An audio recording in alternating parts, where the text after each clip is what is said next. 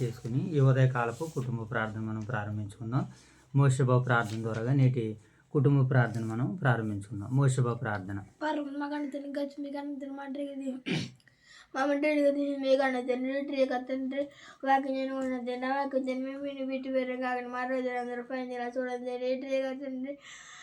ఇవన్నీ కుటుంబ ప్రార్థన చేయండి. మీరు తెలియని ఆదరించేందుకు మీరే మీ అధ్యక్షులు వహించండి తండ్రి. తండ్రి మారని సంఘాల గురించి జ్ఞాపకం చేసుకుని తిన్నారండి. సంఘాలు సాయంత్రం కాసి కాబడుతుంది. ఇంకా నాండ్రుల గారు అందరినీ అది ముట్టి పరిసత్పడండి. వేసుకృష్ణాలు అడివేతన పరతండి ఆమేన్. జై తల్లి ప్రార్థన.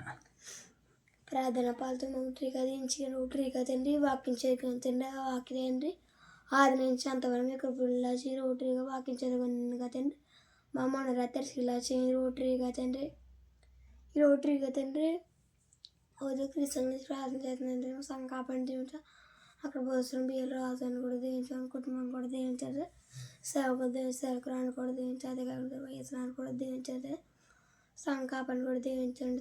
సంఘం చూస్తున్న బియ్యాలు రాజాన్ని కూడా దీవించండి. అవును కుటుంబాన్ని కూడా దీవించండి తండ్రి. సేవకు స్థానాన్ని కూడా దీవించండి తండ్రి. ఇంకా రోగులను ముట్టేసుకొని యేసుకృష్ణ పరమ తండ్రి. ఆమేన్. ప్రార్థన చేసుకుందాం. ప్రార్థన.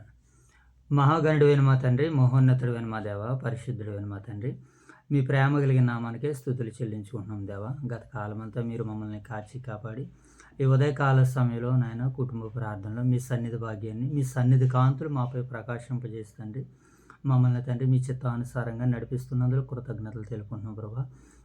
ఈ యొక్క ఉదయకాల సమయంలో మీ ప్రియకుమారుడు మా రక్షకుడైన యేసుక్రీస్తు ప్రభుల వారి నామంలో పరిశుద్ధాత్మ నాయన ప్రేరణతో తండ్రి ఈ ఉదయకాలపు కుటుంబ ప్రార్థన నాయన మేము పరిచర్ను ప్రారంభిస్తుండగా తండ్రి మీ సహాయమును సహకారాన్ని మాకు అనుగ్రహించండి.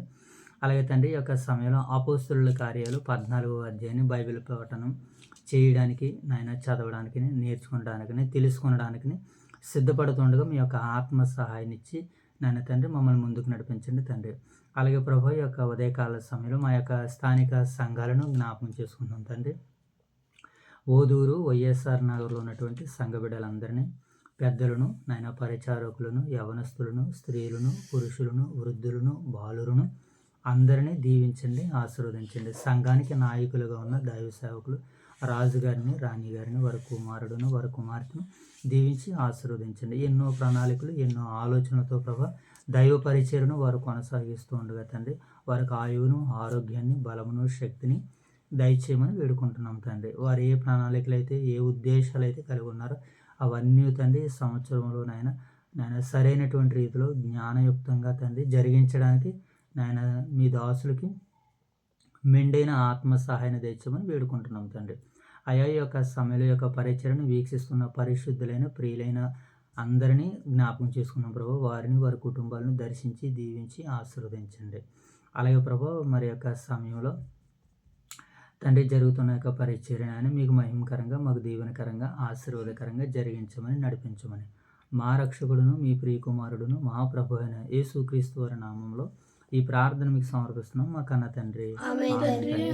తండ్రి రైట్ మంచిదైనా మరి యొక్క సమయంలో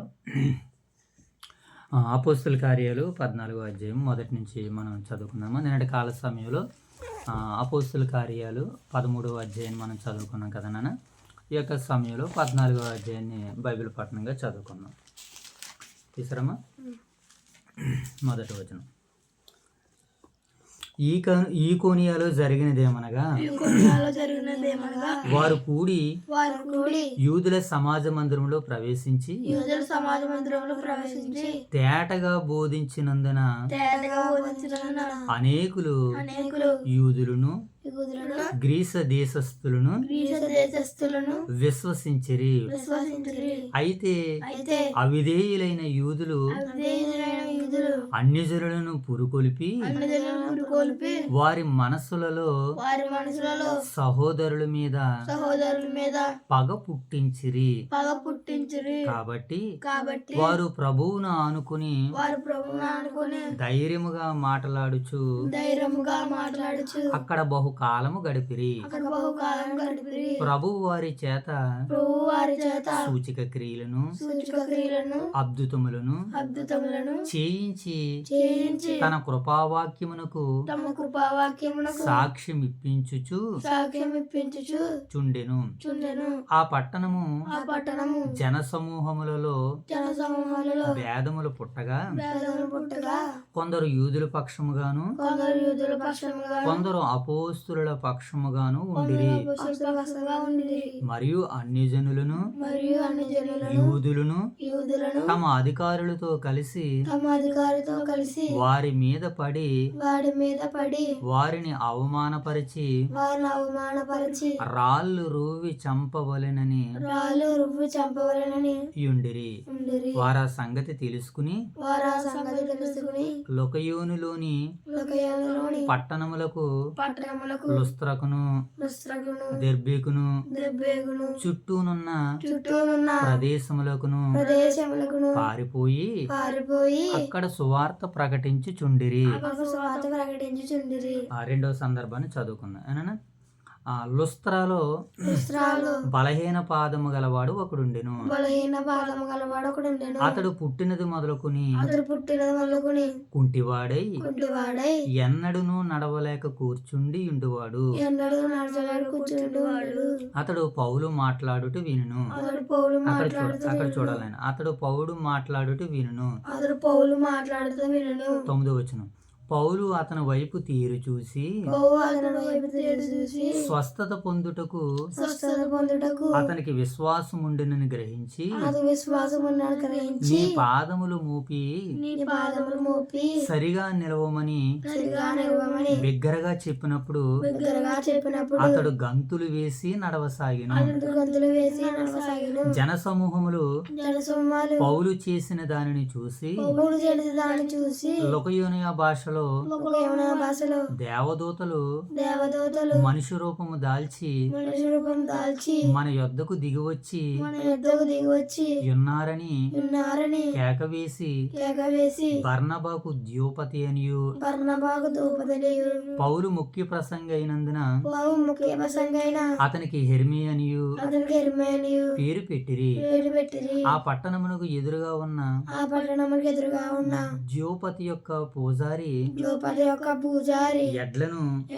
పూదండలను ద్వారముల యొద్దకు తీసుకుని వచ్చి దూరం యుద్ధకు తీసుకుని వచ్చి జనసమూహముతో కలిసి జనసమాజం కలిసి బలి అర్పింపవలెనని ఉండెను. బలి అర్పించబడినను నేను అపోస్తుడైన బర్నబాయు అపోస్తులైన బర్నబాయు పౌలును ఈ సంగతి విని ఈ సంగతి విని తమ వస్త్రములు చింపుకుని తమ వస్త్రములు చింపుకుని సమూహంలోనికి చొరబడి సమాజంకి చొరబడి అయ్యిలారా అయ్యలారా మీరెందుకు ఇలాగ చేయుచున్నారు? మీరు ఎందుకు ఇలా చేయుచున్నారు? మేము కూడా మీ స్వభావం వంటి మీ స్వభావము గల నరులమే.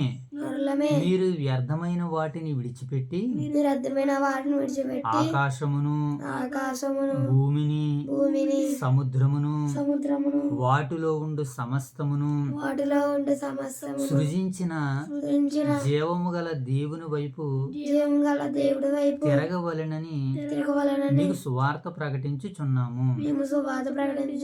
ఆయన గత కాలములో సమస్త జనులను తమ తమ మార్గముల యందు నడవనిచ్చెను.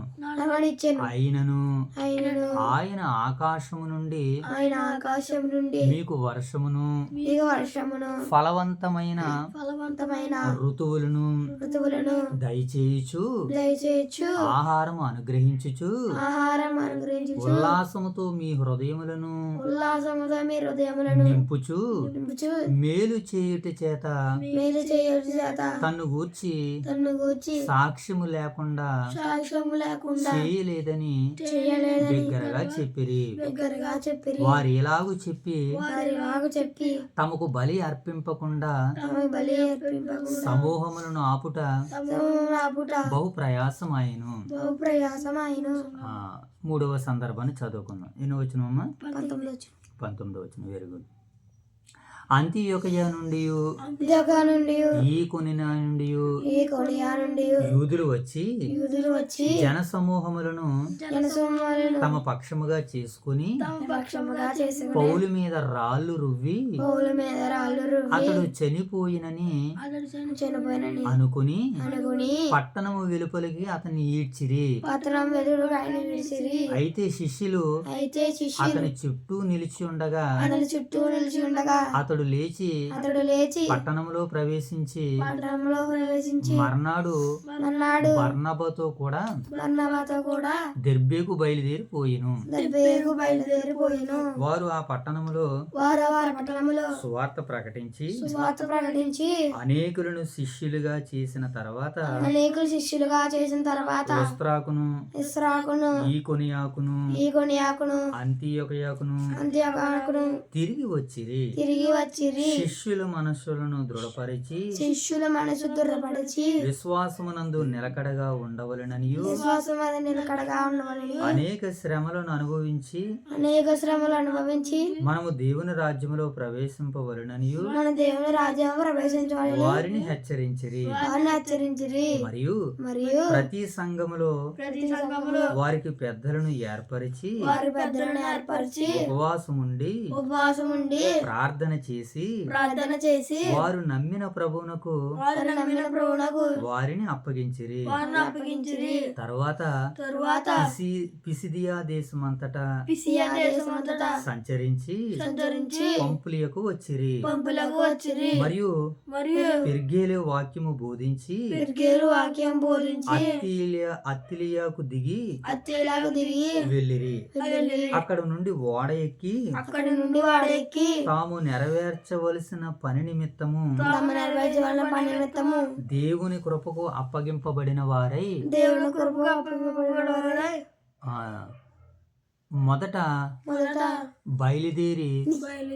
మొదట బయలుదేరిన అంతియొకయకు తిరిగి వచ్చిరి.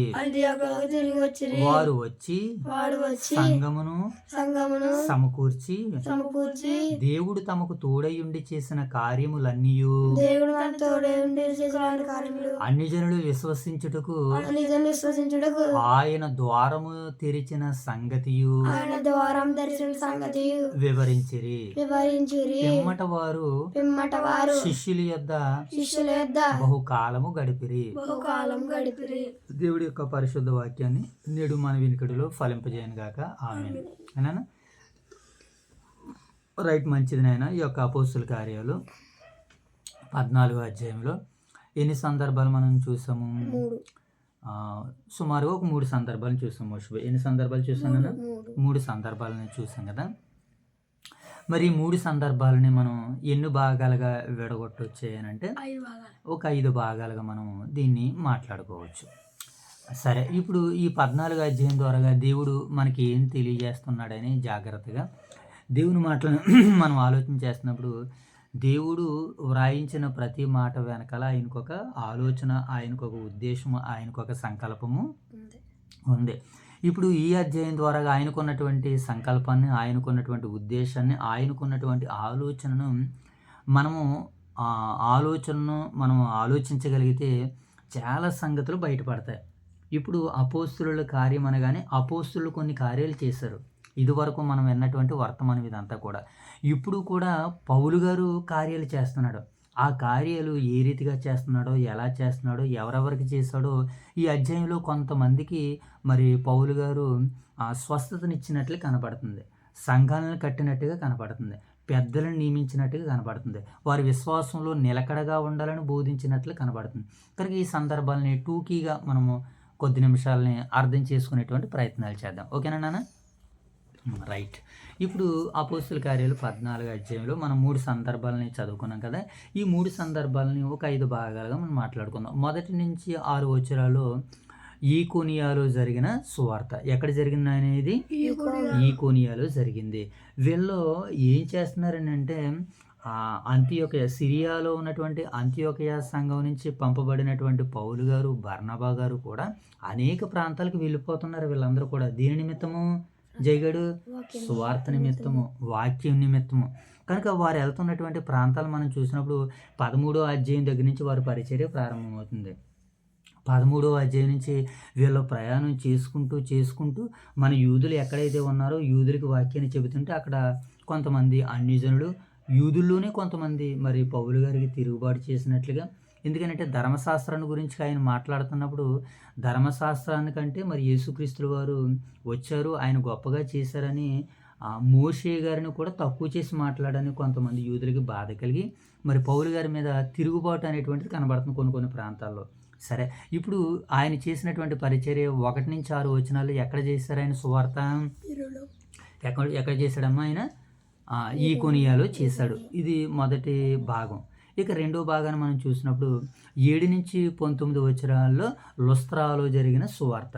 ఈకొనియాలో జరిగింది, రెండవది లుస్త్రాలో జరిగింది. మూడవ సువార్త ఎక్కడ చేశారంటే ఆయన 20-21 వచనాలు, కేవలం 2 వచనాల్లో దెర్బే పట్టణంలో ఆయన సువార్త చేశాడు. ఎక్కడ చేశాడు మోషేబాబు? దెర్బే పట్టణంలో చేశాడు. ఇక 4వదిగా తిరిగి సంఘాలను స్థిరపరుస్తున్నాడు. ఈకొనియాలోను, లుస్త్రాలోను, దెర్బేలోను ఒక్కసారి మరలా ఆ సంఘాలను ఏం చేస్తున్నాడు ఆయన? బలపరుస్తున్నాడు. 20-25 వచనాలు 4వ సందర్భం అనమాట ఇది. తిరిగి వచ్చి సంఘాలను మరలా ఏం చేస్తున్నాడు అంటే సిద్ధపరుస్తున్నాడు, స్థిరపరుస్తున్నాడు. ఇక 26వ వచనం, 26-28 వచనాల్లో 5వ భాగంలో అంతియోకియాకు వచ్చి సంగతులను వివరిస్తున్నాడు.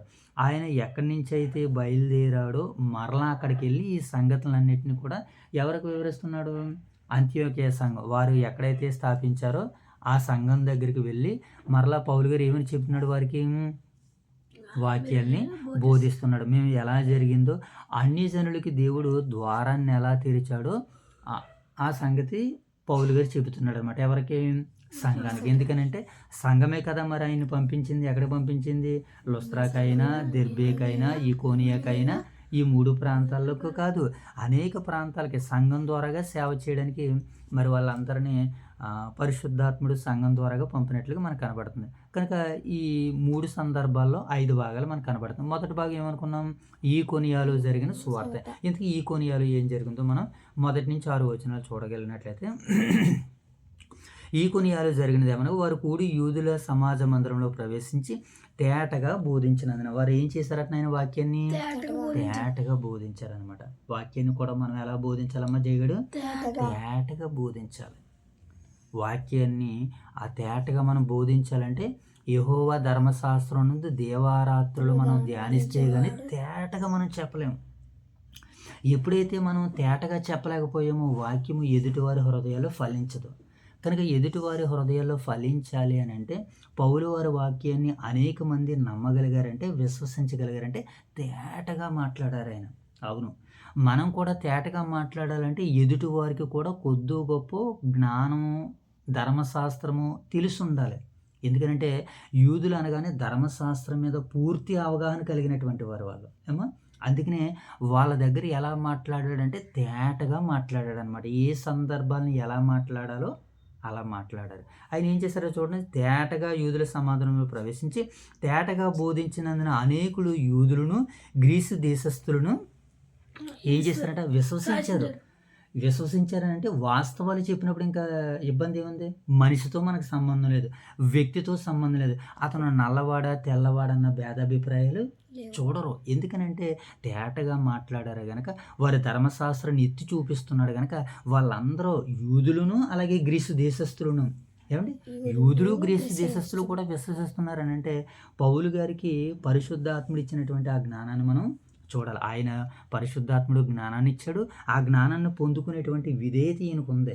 ఆ విధేయతను బట్టి ఈయన పౌలు గారికి గ్రీసు దేశస్తులను వివరించారు. అయితే అవిధేయులైన యూదులు అన్యజనులను పురుకొలిపి వారి మనస్సులలో సహోదరుల మీద పగ పుట్టించిరి. నాయన ఇలా సేవ జరుగుతుంటే ఇలా తేటగా పౌలు గారు వాక్యాన్ని చెప్పినటువంటి తర్వాత యూదుల్లో కొంతమంది చూసారా, వాళ్ళలో కొంతమంది పడతలేదంటారు. మన సంఘంలో ఇతర సంఘాల్లో వాళ్ళ మీద వాళ్ళకే పడతలేదంట. సంఘంలో ఉన్నటువంటి వ్యక్తులు పోట్లాడుకుంటున్నారని మనకు కనబడుతుంది కదా. అలాగే యూదులు ఏం చేశారంటే పౌలు గారు చేసినటువంటి ఆ చక్కటి సువార్తను గలిబిలి చేయడానికి యూదుల్లో ఉన్నటువంటి వారు ఏం చేశారంటే అన్ని జనులను పురుకొల్పి వారి మనసుల్లో సహోదరుల మీద ఏం చేశారు, పగ పుట్టించారు. అప్పటికి ఎవరి మీద పగలు లేవు, కానీ పగన వీళ్ళు ఏం చేశారట, పుట్టించారు. లేని వార్త పుట్టింపకూడదని ధర్మశాస్త్రంలో పక్కాగా వ్రాయబడింది. కానీ లేనిది వీళ్ళే పుట్టిస్తున్నారు, యూదులే పుట్టిస్తున్నారు. అంటే ధర్మశాస్త్రానికి ఎంత వ్యతిరేకంగా ఉన్నారో చూడండి. కారణం ఏంటంటే పౌలు గారు చేసినటువంటి దాటిని వీళ్ళు జీర్ణించుకోలేకపోతున్నారు. ఇదేంటి, ధర్మశాస్త్రాన్ని ఎంత గొప్పగా చెప్పేస్తున్నాడు, ఎలాంటి అయినా ఉండకూడదు. అవును, ప్రజలకు మంచి చేసేవారు ఉండకూడదు అనుకుంటారు మన వాళ్ళు, ప్రజలకు మేలు చేసేవారు ఉండకూడదు అనుకుంటారు, ప్రజలకు న్యాయం చేసేవారు ఉండకూడదు అనుకుంటారు. అంతేనే కొంతమందిని ఏమంటే మతోన్మాదులు, కొంతమంది అధికారులు మంచి మంచి వ్యక్తులని లేకుండా ఈ భూమి మీదే తీసేస్తున్నారు. కనుక ఈ సందర్భాన్ని బట్టి కూడా పౌలు గారిని కూడా అలాగే చేయాలనుకున్నారు వాళ్ళు. అలాంటి సందర్భంలో పౌలు గారు చేసినటువంటి పని ఏంటో మనం చూద్దాం. కాబట్టి వారు ప్రభువుని ఆనుకుని ధైర్యముగా మాట్లాడుచు అక్కడ బహుకాలం గడిపాయి. ఎక్కడ గడిపారు, ఈకొనియాలో. ధైర్యంగా వస్తే రానే ఉండే, మేము చూసుకుంటాం. వారు మనసులో కోపాలు పుట్టించిన, భేదాభిప్రాయాలు పుట్టించిన, వాక్యం మాకు తెలుసు కనుక మేమేం చేస్తాం, మేము చూసుకుంటామని అక్కడ బహుదినములు గడిపిరి. ప్రభువు వారి చేత సూచిక్రియలను అద్భుతములను చేయించి తన కృపావాక్యమునకు సాక్ష్యం ఇప్పించుచుండెను. ఆ పట్టణము జనసమూహములో భేదము పుట్టగా కొందరు యూదుల పక్షంగాను కొందరు అపోస్తుల పక్షంగాను ఉండిరి. మరియు అన్ని జనులను యూదులను తమ అధికారులతో కలిసి వారి మీద పడి వారిని అవమానపరిచి రాళ్ళు రువ్వి చంపవలెనని ఉండిరి. అవమానపరిచి రాళ్ళ రువ్వి చంపేయాలనుకున్నారు. ఎవరిని, పౌలు గారిని, బర్నబా గారిని కూడా. ఎక్కడ జరుగుతుంది ఇది, ఈకొనియాలో. మొట్టమొదటి సువార్త ఈకొనియాలో. అప్పుడు అలా జరగానే పట్టణము రాళ్ళు చంపవలని అనుకుంటారు. వారు ఆ సంగతి తెలుసుకుని లొకయాలోని పట్టణమగు లొస్త్రాకును తెర్బేకును చుట్టూనున్న ప్రదేశములను పారిపోయి అక్కడ సువార్త చేస్తున్నారు. ఏం చేశారంటే ఆ పట్టణాలు విడిచేసి పారిపోతున్నారంట. చూడండి, పారిపోతున్నారనంటే పారిపోతున్నారంటే ఏంటి, వీళ్ళకి ధైర్యం లేదు, పారిపోతున్నారంటే వీరికి విశ్వాసం లేదు, పారిపోతున్నారంటే వీరికి నమ్మకం లేదు అండి. ఎలా కనిపిస్తూ ఉంటుంటుంది. కొన్ని సందర్భాల్లో వాటిని పరిగణలోకి తీసుకోకూడదు, మరి వీటిని పరిగణలోకి తీసుకోవాలి, ప్రభువును పరిగణలోకి తీసుకోవాలి. అయితే వీళ్ళు వింటలేదు కనుక ఇక్కడి నుంచి పారిపోతున్నారంటే ఒకసారి చూడండి, ఇదేంటి, మేము నమ్మిన దేవుడు మమ్మల్ని రక్షించకుండా, మేము నమ్మిన దేవుడు మమ్మల్ని కాపాడకుండా మమ్మల్ని పారిపోమంటున్నాడు ఏంటని అనుకోలేదండి. కొన్ని సందర్భాల్లో అలాగా కూడా మనం ఉండాలి. కొన్ని సమయాల్లో అవమానాన్ని భరించాలి, కొన్ని సమయాల్లో నిందలను భరించాలి, కొన్ని సమయాల్లో కష్టాలను భరించాలి. సత్యము అనగానే, సువార్త అనగానే కేవలం దీవెనలు ఆశీర్వాదాలతోనే నిండుకోలేదు. కొన్నిసార్లు మనం ఏం చేయాలంటే క్రీస్తు పక్షాన మనం శ్రమ పడాలని వాక్యం సెలవిస్తుంది. ఏమో దానిని మాదిరిగా తీసుకున్నారు ఎవరు వీళ్ళు, పౌలు గారు. దేనిని మాదిరిగా తీసుకున్నారు నాయన, దేనిని మాదిరిగా తీసుకున్నారు వీళ్ళు, క్రీస్తు పక్షాన శ్రమ పడడానికి. అప్పుడు ఏం చేశారు, లొస్త్రా నుంచి ఎక్కడికి వెళ్ళిపోయారంటే, ఈకొనియా నుంచి ఎక్కడికి వెళ్ళిపోయారంటే దెర్బేకును లొస్త్రాకును వెళ్ళిపోయారు అనమాట. ఇప్పుడు లొస్త్రాలో ఏం కార్యం జరిగిందో మనం చూద్దాం. ఇప్పుడు ఈకొనియాలో ఏం జరిగింది, అక్కడ కొంతమందికి వాక్యాన్ని చెబితే వారు అంగీకరించిన వారు ఉన్నారు, కొంతమంది తిరస్కరించారు, కొంతమంది పౌలుని రాళ్ళతో కొట్టాలని రువ్వి వాళ్ళని అవమానపరిచినందున వారు పారిపోయి దెర్బేకును లొస్త్రాకు వచ్చారనమాట. ఇప్పుడు లొస్త్రాలో ఏ కార్యాలు చేస్తున్నాడో పౌలు గారు చూద్దాం మరలా. రెండోది ఏం చేస్తున్నాడు ఆయన, 7వ వచనం నుంచి చదువుకున్నాం. లొస్త్రాలో బలహీన పాదములు గలవాడు ఒకడు ఉండెను. అతడు పుట్టినది మొదలుకొని కుంటివాడే, ఎన్నడను నడవలేక కూర్చునుండెను. అతడు పౌలు మాట్లాడుట వినును. పౌలు అతని వైపు తేరి చూసి స్వస్థత పొందుటకు అతనికి విశ్వాసం ఉండెనని గ్రహించి, నీ పాదములు మోపి సరిగా నిలవని బిగ్గరగా చెప్పినప్పుడు అతడు గంతులు వేసి నడవసాగిను. జనసమూహములు పౌలు చేసిన దానిని చూసి లొకయోనియా భాషలో దేవతలు మనిషి రూపము దాల్చి మన యొద్దకు వచ్చి ఉన్నారని కేకలు వేసి బర్నబాకును ద్యోపతి అనియు, ఏమంటే పౌలు ముఖ్య ప్రసంగి అయినందున అతనికి హెర్మి అనియు పేరు పెట్టిరి. ఎప్పుడైతే పౌలు గారు లొస్త్రా ప్రాంతానికి వెళ్ళాడో అక్కడ లొస్త్రా ప్రాంతంలో వాక్యం చెప్పడానికి ఒక బలహీనమైనటువంటి పాదములు కలిగినటువంటి ఒక వ్యక్తి కనిపించాడు. మనం కూడా ఎప్పుడు ఏం చేయాలంటే సువార్తను మనం ఎలా ప్రకటించాలో చూడాలి. అంతకుముందు సమాజ మందిరాలు ఉన్నాయి, అక్కడికి వెళ్ళి సువార్తను ప్రకటించేవారు. ఇప్పుడు లొస్త్రాలోనికి వెళ్ళగానే సమాజ మందిరం లేదు, అక్కడ సమాజ మందిరం లాంటి మనిషి ఉన్నాడు అక్కడ, బలహీన పాదములు కలిగినటువంటి వాడు. ఎమ్మటనే పౌలు గారు అతను బేస్ చేసుకున్నాడు అనమాట. అతను బేస్ చేసుకుని ఏం చేస్తున్నాడు, నువ్వు అతనికి స్వస్థత పొందడానికి విశ్వాసం ఉందని చూసినటువంటి పౌలు గారు నువ్వు లేచి నీ పాదములు సరిగా నిలవమని అతనితో చెప్పగా అతను లేచి ఏం చేస్తున్నాడు, గంతులు వేస్తున్నాడు. ఈ సంగతి విన్నటువంటి ఆ లుస్త్రాలో ఉన్నటువంటి మనుషులందరూ కూడా ఆశ్చర్యపడిపోయి, దేవదూతలు మన దగ్గరకు వచ్చి మనకి ఇతనికి స్వస్థతను అనుగ్రహించినవి, వీళ్ళని ఏం చేయాలంటే వీళ్ళకి బలి అర్పించాలి, వీళ్ళకి నైవేద్యం చేయాలి, వీళ్ళకి దండలు వేయాలని, ఎడ్లను వధించాలని అక్కడ ఉన్నటువంటి వాళ్ళందరూ కలిసి ఏం చేయాలనుకున్నారంటే పౌలు గారిని బర్నబా గారిని అభిషేకించాలనుకున్నారు, సన్మానించాలనుకున్నారు. ఎమ్మటినే పౌలు గారికి అర్థమైపోయింది, అయ్యి బాబోయ్ ప్రజలు ఎలా చేస్తున్నారేంటి, ఇది పద్ధతి కాదని. ఇప్పుడు పేతురు గారు పౌలు గారు ఏమని మాట్లాడుతున్నారో చూద్దాం. అపోస్తుడైనటువంటి బర్నబాయు పౌలును ఈ సంగతి విని తమ వస్త్రములను చింపుకొని సమూహములకు చొరబడి, అయ్యలారా మీరు ఎందుకు ఇలా చేయుచున్నారో, అయ్యలారా ఎన్నో వచ్చిన అమ్మ చూడు, ఎన్నో వచ్చిన చెప్పుది, అయ్యలారా మీరు ఎందుకు ఇలాగ చేయుచున్నారో, 17 వచనం, 15. అయ్యలారా మీరు ఎందుకు ఇలాగ చేయుచున్నారో, మేము కూడా మీ స్వభావం వంటి స్వభావం గల నరులమే. పేతురు గారు కూడా కొర్నేలి ఇంటికి వెళ్ళినప్పుడు పేతురు గారు కూడా ఆయన మీద పడిపోయాడు. ఆయన మీద పడిపోయినప్పుడు కొర్నేలి గారితో పేతురు గారు అంటున్నటువంటి మాట, నేను కూడా నరుడినే. ఏమండి, వాస్తవానికి మనం ఆలోచన చేయగలిగినట్లయితే పాత నిబంధన కాలంలో న్యాయాధిపతుల్ని ప్రజలకు దేవుడిగా పెట్టాడు. న్యాయాధిపతుల్ని మోషే గారిని ఫరోకు దేవుడిగా పెట్టాడు. దేవతి దేవుడే. ఇప్పుడు కూడా దైవానికి ప్రతినిధులుగా ఉన్నారు మన సేవకులు కూడా. వారిని మనం ప్రేమించాలి, గౌరవించాలి, వారి మాటకు లోపడాలి, విధేయులై ఉండాలి. అలాగే ఇక్కడ ప్రజలు కూడా పౌలు గారికి బర్నబా గారికి విధేయులుగా ఉంటే వారు ఎక్కడ కూడా దేవుని మహిమను వారు తీసుకోలేదండి. దేవుని మహిమను వారు ఎక్కడ దొంగిలించలేదు. అదేమని చెప్తున్నాడో చూడండి, మీరు మేము మీ స్వభావం అంటే స్వభావం గల ఎవరట వీళ్ళ నరులమే. మనుషులని రాయబలేదు అక్కడ, చూడాలి మోసబాబు, నరులమే. మేము కూడా మీ స్వభావం అంటే స్వభావం గల నరులమే. మీరు వ్యర్థమైన వాటిని విడిచిపెట్టి ఆకాశమును భూమిని సముద్రమును వాటిలో ఉండే సమస్తమును సృజించిన జీవము గల దేవుని వైపు తిరగవలనని మీకు సువార్త ప్రకటిస్తున్నాం. మేము ఎందుకు వచ్చామనంటే మాకు కాదు కానీ జీవమును ఊపిరిని ఆకాశాన్ని సమస్త సృష్టిని చేసినటువంటి దేవుడు ఉన్నాడు కదా, ఆయన వైపు మీరు తిరగాలని మీకు సువార్తను ప్రకటిస్తున్నాం అని. ఎప్పుడైతే ఇలాగా దేవుని వైపు తిరగవాలని సువార్త ప్రకటిస్తున్నామన్నారో ఆయన దేవుని గురించి చెప్తున్నాడు అనమాట. ఇప్పుడు ఎవరో పౌలు గారు అక్కడ ఉన్నటువంటి ప్రజలందరికీ కూడా ఆ బలహీనత పాదములు కలిగిన వాడిని బట్టి ఆ రోజు పేతురు యోహానులు ఒక గుంటి వాడిని స్వస్థపరిచారు కదా అపోస్తుల కార్యాలు 3వ అధ్యాయంలో. పేతురు యోహానులు ఎలాగైతే అక్కడ వారిని బలపరిచి అనేక మందికి రక్షణ సువార్తను ప్రకటించారో, ఇక్కడ కూడా ఈ లుస్త్రాలో కూడా బర్నబా గారు పౌలు గారు అలాగే పరిచర్య చేస్తున్నారు. చేయబోయేసరికి వీళ్ళందరూ ఆశ్చర్యమైపోయి, మీరే దేవుళ్ళు దేవతలు అంటున్నారు. మేము దేవుళ్ళు దేవతలం కాదు, కేవలం మేము నరులమే. ఆయన మాకు చెప్పమని అవకాశం ఇచ్చాడు, మేము చెబుతున్నాము. ఆయన దేవుడు ఎలా ఉన్నాడని దేవుని గురించి ఆయన పరిచయం చేస్తున్నాడు. 16 వచనం చూడండి. 16 వచనం రైట్. ఆయన గత కాలంలో సమస్త జనులకు తమ తమ మార్గములు యందు నడవనిచ్చును. దేవుడు ఏం చేశాడంటే ఆయన గత కాలంలో సమస్త జనులను తమ తమ మార్గాల్లో నడవనిచ్చాడు.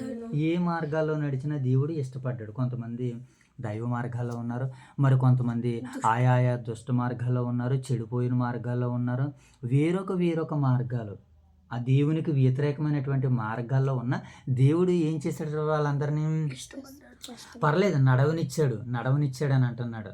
ఏమండి, ఆయన ఆకాశము నుండి మీకు వర్షమును ఫలవంతమైన ఋతువులను దయచేయుచు ఆహారము అనుగ్రహించుచు ఉల్లాసముతో మీ హృదయమును నింపుచు మేలు చేయుచటి చేత తన్ను గూర్చి సాక్ష్యము లేకుండా చేయలేదని బిగ్గరగా చెప్పిరి.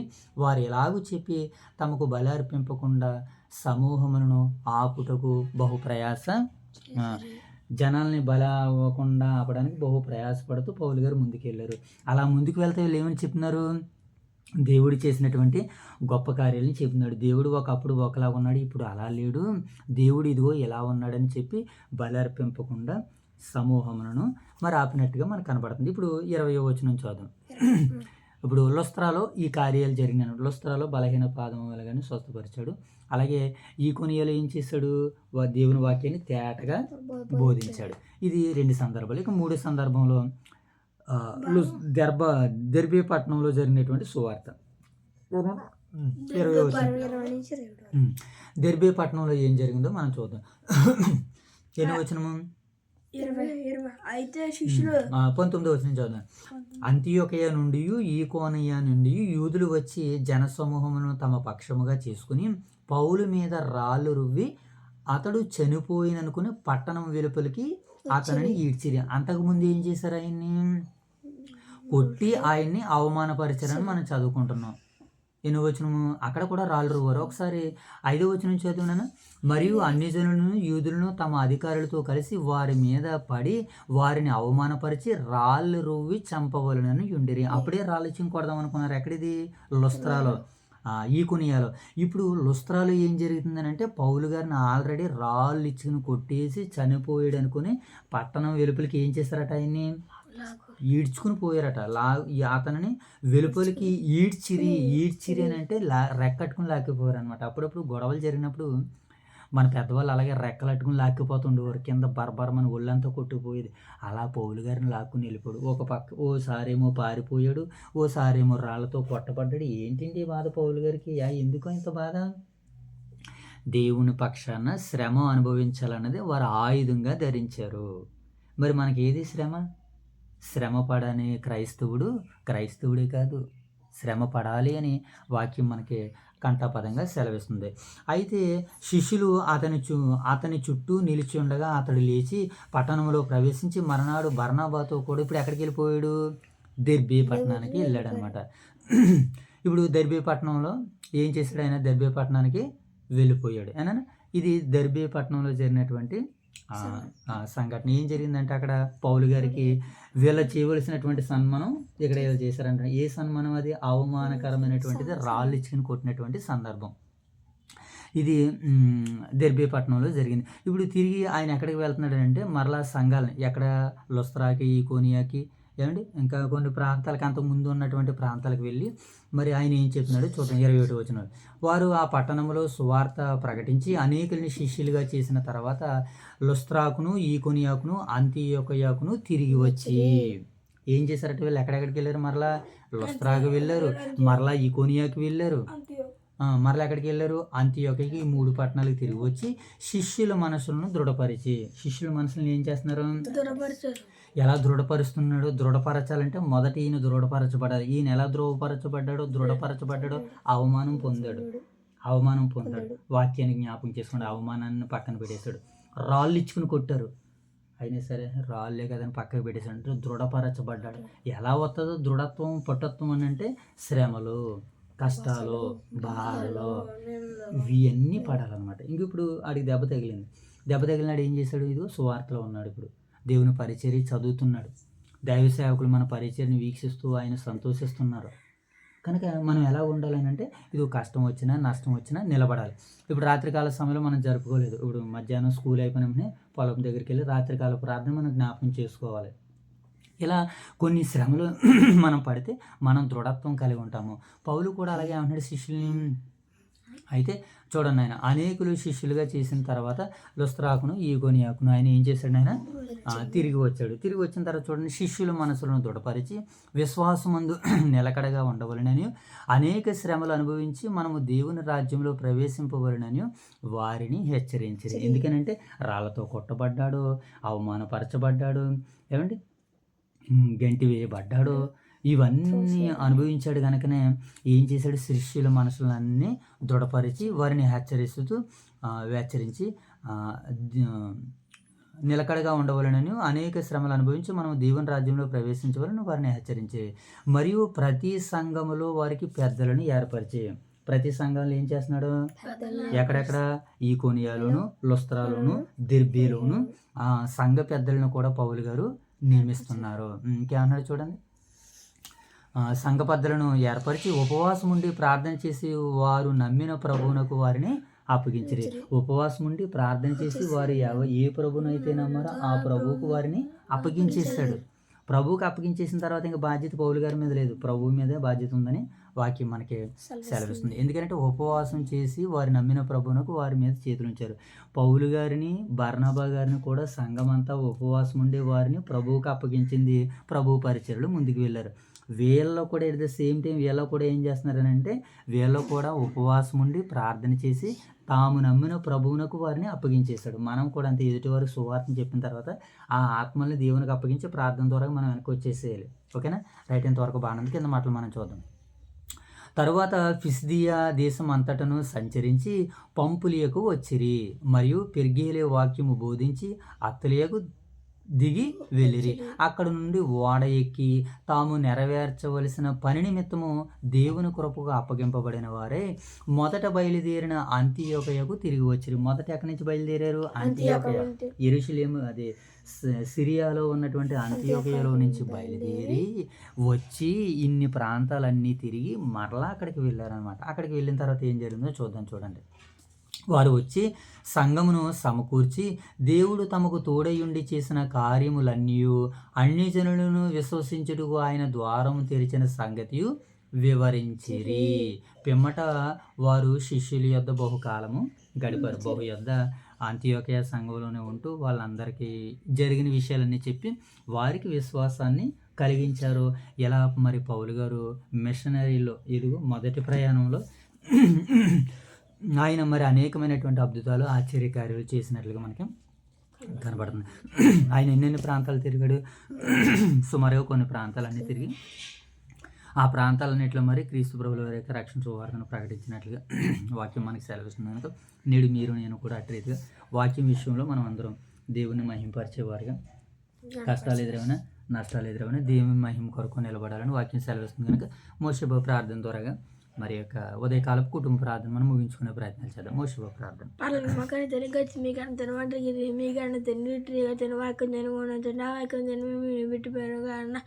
రోజులందరూ ఫైన్ చూడండి తండ్రి. ఇప్పుడు పుస్తక కార్యాలు 14 అధ్యాయం చదువుకుంటుంది. నా విట్టిపోయాను కానీ మా రోజులందరూ ఫైన్ చూడండి ఇటుగా తండ్రి. మా 2 సంఘాల గురించి జ్ఞాపకం చేసుకున్నది. ఆ 2 సంఘాలు దీని సాయంత్రం కాచి కావాలని కాదండి అనారోగ్యంగా ఉంటున్నాను. ముట్టి ఆమేన్. తండ్రి ప్రార్థన వినుడి పావనుడా, ప్రార్థన మాకు నేర్పుమయ్యా. జైతల్లి ప్రార్థన. ప్రార్థన పలికి రోటీ కదండి వాక్యం జరుగుతుంటుంది.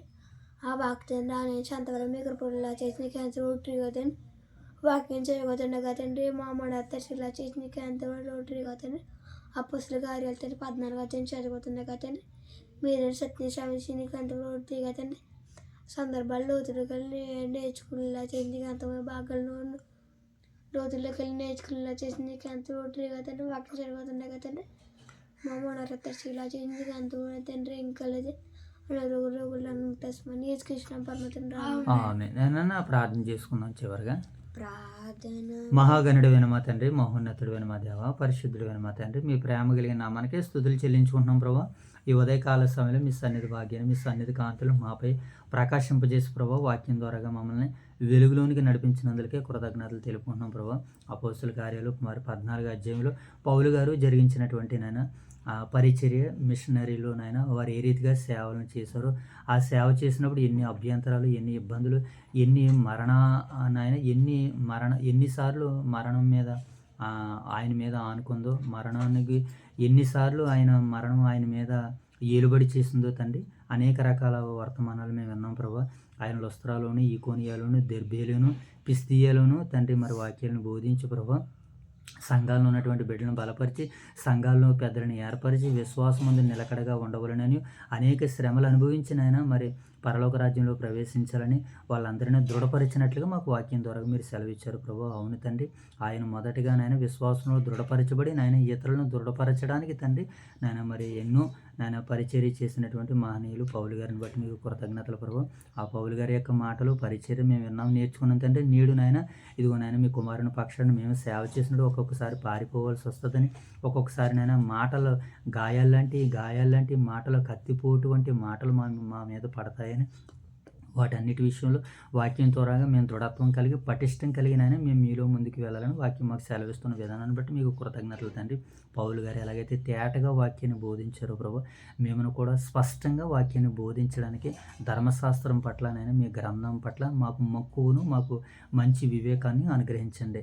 ధర్మశాస్త్రంలో రాయబడినటువంటి ఆశ్చర్యకరమైనటువంటి సంగతులు చూసినట్లుగా నాయన అలనాడు నాయన భక్తుడు నా కన్నులు తెరువు అన్నారు తండ్రి. ఈ రోజునైనా మా హృదయాంతరంగాల్ని, మా అంతరేంద్రియములన్నిటిని మీరు తెరవమని వేడుకుంటున్నాం తండ్రి.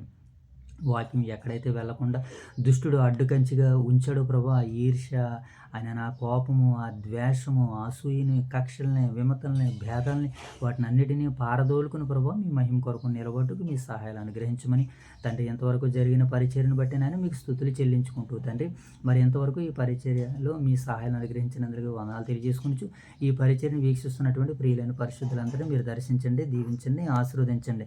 అలాగే తండ్రి ప్రభు, మా యొక్క స్థానిక సంఘాలని ఉదయకాల సమయంలో జ్ఞాపకం చేసుకున్నాం తండ్రి. ఓదూరు వైఎస్ఆర్ నగర్లో ఉన్నటువంటి 2 సంఘాలను మీరు దీవించండి, ఆశీర్వదించండి. సంఘాల్లో ఉన్నటువంటి పరిశుద్ధులందరిని బట్టి, పెద్దలందరిని బట్టి, విశ్వాసులందరిని బట్టి, పురుషులను బట్టి, స్త్రీలను బట్టి, యవనస్తులను బట్టి, బాలులను బట్టి, వృద్ధులను బట్టి, నాయన అనాథులను బట్టి నాయన మీకు స్తుతులు చెల్లించుకుంటున్నాం దేవా. మరి 2 సంఘాలని నాయకత్వ బాధ్యతలతో ముందుకు నడిపిస్తున్న మా ప్రియులు దైవ సేవకులు బిఎల్ రాజు గారిని, వారి యొక్క సతీమణి రాణి గారిని, వారి కుమారులను, కుమార్తెను దీవించి ఆశీర్వదించండి. వారు వెలుగుతూ అనేక కుటుంబాలు నాయన మీ యొక్క కుమారులు వెలగాలని ఆశిస్తూ ఉండగా తండ్రి, ఎన్ని కుటుంబాల పట్ల అయినా నాయన బాధ్యత కలిగి, శ్రద్ధ కలిగి నాయన మమ్మల్ని ముందుకు నడిపిస్తున్నారు. వారితోనైనా మేము అన్యోన్య సహవాసం కలిగి ముందుకు నడుచుకుంటూ మీ కుమారుని రాకడ పర్యంత వరకు నమ్మకంగాను, విశ్వాసంగాను ఉండడానికి మీ సహాయాలు మాకు అనుగ్రహించమని వేడుకుంటూ తండ్రి, ఈ దినమును కావలసిన నడిపింపును, ఆత్మశక్తిని ప్రియులైన పరిశుద్ధులైన మా అందరికీ అనుగ్రహించండి. ఈ దినమంతట్లో మిమ్మల్ని చూడగలిగే కన్నులను, మీకు లోబడగలిగే మంచి మనసును, మారు మనసును మాకు దయచేయమని మా రక్షకుడైన యేసుక్రీస్తు వారి నామం పేరట ఈ ప్రార్థన మీకు సమర్పిస్తున్నాం మా కన్న తండ్రి. ఆమేన్ తండ్రి, ఆమేన్ తండ్రి. అందరికీ వందనాలు. May God bless you all. Love you all. Thank